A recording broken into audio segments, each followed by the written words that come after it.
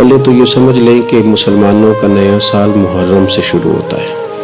محرم شریف سے اسلامی سال کا آغاز ہوتا ہے، لیکن اگر کچھ لوگ یہ سمجھیں بھی کہ ہم نے ان کا خیال ہو بھی جو اسلامی تعلیمات کے ساتھ اس طرح آگاہی اور واقفیت نہیں رکھتے کہ ہم نے شروع کرنا ہے جنوری سے، تو پھر بھی جب قومیں نیا سال شروع کرتی ہیں تو وہ تو اپنا محاسبہ کرتی ہیں۔ جشن تو وہ لوگ مناتے ہیں جنہوں نے ایک بہت بڑا کارنامہ سر انجام دے لیا ہو، اور جن قوموں کا حال یہ ہو کہ وہ دنیا کے ہر خطے میں پس رہے ہوں، اور جس ملک کا یہ حال ہو کہ وہاں کچھ لوگ سطح غربت سے نیچے زندگی گزار رہے ہوں، تعلیمی معیار بڑا پریشان کن ہو، لوگ انتہائی آزمائش میں وقت گزار رہے ہوں، لوگوں نے جشن منانے۔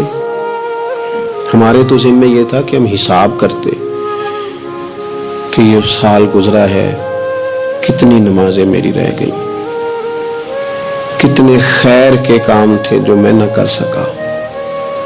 ہمیں تو اس بات پہ رونا تھا کہ یہ سال بھی میری زندگی سے مائنس ہو گیا اور ابھی تک میں اپنے آپ کو تبدیل ہی نہیں کر سکا۔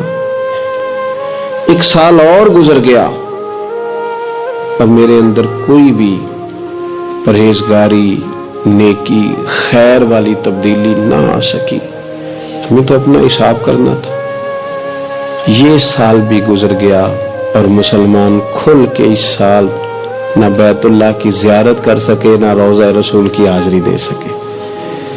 تو یہ تو مقامی استغفار ہے، تو مقامی توبہ ہے، اور قوم کو لگا دیا گیا ہے، بس وہ ایک چکر میں پڑ گئی ہے، جو بھی موقع آئے بس وہ کسی نہ کسی جگہ پہنچ جاتی ہے، اور ہم ہیں کہ بس یہ دیکھتے ہیں کہ آج کل ہوا کدھر کی ہے، سوچتے سمجھتے بھی نہیں اور اس کے پیچھے چل نکلتے ہیں۔ تو اس لیے ایک تو پچھلے سال کی غلطیوں سے اللہ سے معافی مانگیں، کمزوریوں سے، اور نئے سال کے لیے اپنے ارادوں کو وضو کرائیں، اپنی نیتوں کو صفائی دیں، کوشش کریں کہ یہ سال جو آیا ہے میں اللہ کی فرما برداری میں گزاروں گا، میں رسول اللہ صلی اللہ علیہ وسلم کی سنت کی اتباع میں گزاروں گا، میں اپنے دین کے لیے، ملت کے لیے، وطن کے لیے کچھ کر کے دکھاؤں گا، میں اپنی طبیعت کے اندر وہ چیزیں پیدا کروں گا کہ میرا وجود نفع والا ہو، میری بات نفع والی ہو، میرا کردار نفع والا ہو،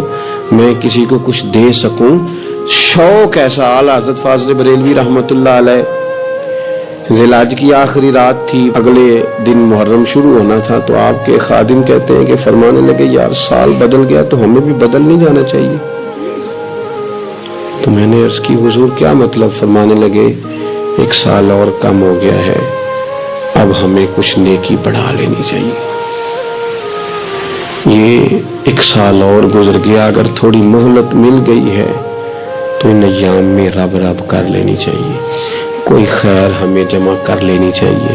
اللہ کے حضور دعا ہے مالک کریم ہمیں سمجھ عطا فرمائے، ہمارے حال پہ اللہ رحمت فرمائے، اللہ تعالی ہماری حفاظت فرمائے اور ہمارے لیے بہترین اسباب پیدا فرمائے۔ وہ کہا کرتے تھے حضرت سعدی کہ جسے پیا چاہے سوئی سہاگن، جسے وہ کہہ دینا کہ قبول ہے دراصل اسی کا قبول ہے۔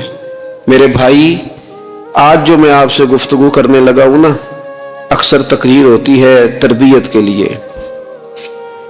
ان لوگوں کے لیے جن کو توجہ دلانی ہوتی ہے کہ نیک اعمال کریں۔ آج میں نے تقریر کرنی ہے نیک لوگوں کے ساتھ، آج کچھ خطاب نہ ان لوگوں کے ساتھ ہے جو نیکیاں کرتے ہیں، بلکہ اگر ناراض نہ ہو تو نیک ہونے کا دعویٰ کرتے ہیں، ان سے۔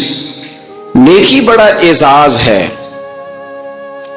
لیکن بعض اوقات لوگ نیکی کر کے نا، محنت کر کے، کوشش کر کے اسے ضائع کر لیتے۔ کچھ باتیں آپ کی خدمت میں کتاب و سنت سے عرض کرنی ہے کہ نیکیاں کی جائیں، پھر ان کو سنبھالا جائے، ضائع ہونے سے بچایا جائے۔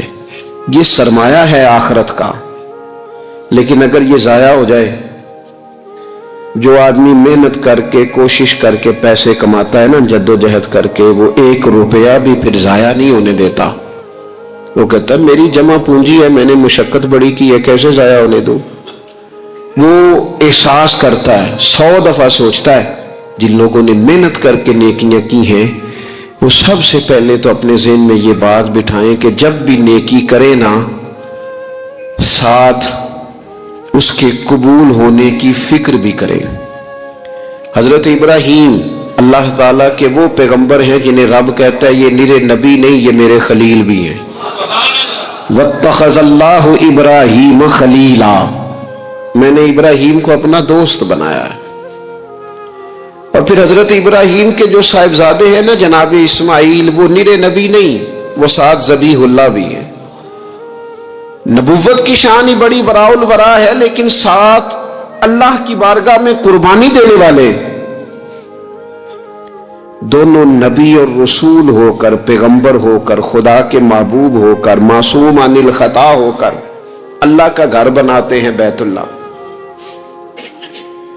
حضرت سیدنا اسماعیل علیہ السلام اینٹیں اٹھا اٹھا کے لاتے ہیں، جناب ابراہیم علیہ السلام ان اینٹوں کو لگاتے ہیں، کعبے کی دیواریں بلند ہو رہی ہیں، پر رب فرماتا ہے نبی ہو کے کام کر رہے ہیں، محبوب ہو کے کام کر رہے ہیں، لیکن بارگاہ چونکہ بہت بڑی ہے، مالک کی شان بہت بڑی ہے، اور چونکہ وہ بے نیاز ہے تے بے پرواہ نال یاری لا کے پیندے نہیں دکھ سہنے، چونکہ وہ بے نیاز ہے، بے پرواہ ہے، نبی، پیغمبر، رسول، محبوب، خلیل، ذبیح ہو کر جب اس کریم کی بارگاہ میں خدمت کر رہے ہیں نا اس کے گھر کی، تو وَإِذْ يَرْفَعُ إِبْرَاهِيمُ الْقَوَاعِدَ مِنَ الْبَيْتِ وَإِسْمَاعِيلُ، رب فرماتا ہے جب ابراہیم اور اسماعیل بیت اللہ کی دیواریں بلند کر رہے تھے نا، کعبہ بنا رہے تھے، تو ساتھ ساتھ پتہ کیا کہتے تھے؟ ربنا تقبل منا، یا اللہ ہم سے قبول بھی فرما لے، مالک یہ ڈیوٹی نہ قبول کر لے، انک انت السمیع العلیم، بے شک تو سننے والا بھی ہے اور جاننے والا بھی، اللہ اسے قبول کر لے، نبی ہو کے، رسول ہو کے، پیغمبر ہو کے، قبولیت کا خیال۔ اور میرے سنگیو شرط تو یہ ہے نا کہ وہ قبول بھی کرے۔ میرے رسول کریم صلی اللہ تعالی علیہ وسلم نے ہماری تربیت کی، حضور محبوب ہے، اور اس طرح کے محبوب ہیں کہ وَلَسَوْفَ يُؤْتِيكَ رَبُّكَ فَتَرْضَىٰ، رب کہتا ہے محبوب تجھے اتنا دوں گا تو اپنے رب سے راضی ہو جائے گا۔ حضرت عائشہ صدیقہ رضی اللہ تعالی عنہا عرض کرتی ہیں یا رسول اللہ صلی اللہ تعالی علیہ وسلم، میں دیکھتی ہوں آپ کا رب آپ کی بات ماننے میں جلدی فرماتا ہے، آپ کی بات قبول کرنے میں جلدی کرتا ہے، اللہ تعالیٰ آپ کی رضا چاہتا ہے، لیکن نبی پاک صلی اللہ تعالی علیہ وسلم نے ہماری تربیت کے لیے کیا کہا؟ حضور دعا مانگتے، حضور دعا مانگتے، کریم محبوب دعا مانگتے، عمل کرنا اور پھر بتانا اللہ کا فضل ہے جی اتنی نمازیں پڑھتا ہوں، شکر ہے جی اتنی سخاوت کرتا ہوں، بڑی بات ہے جی فلانی جگہ بھی میرا تعاون حاصل ہے، فلان جگہ بھی میں خدمات پیش کرتا ہوں، لیکن میرے دوستو رسول خدا صلی اللہ تعالی علیہ وسلم دعا مانگتے، ابن ماجہ میں موجود ہے، کہتے اللہم انی اسألک، اے اللہ میں تیرا محبوب ہو کے تجھ سے سوال کرتا ہوں، میں تیری بارگاہ کا سوالی ہوں، کس بات کا؟ علما نافعا، علم دینا پر نفع والا دینا، مالک جب تو علم عطا کرے تو وہ والا دینا جو نفع بخش ہو، جو فائدہ مند ہو۔ محبوب دعا مانگتے ہیں اللہ نفع والا علم عطا فرما وعملا متقبلا،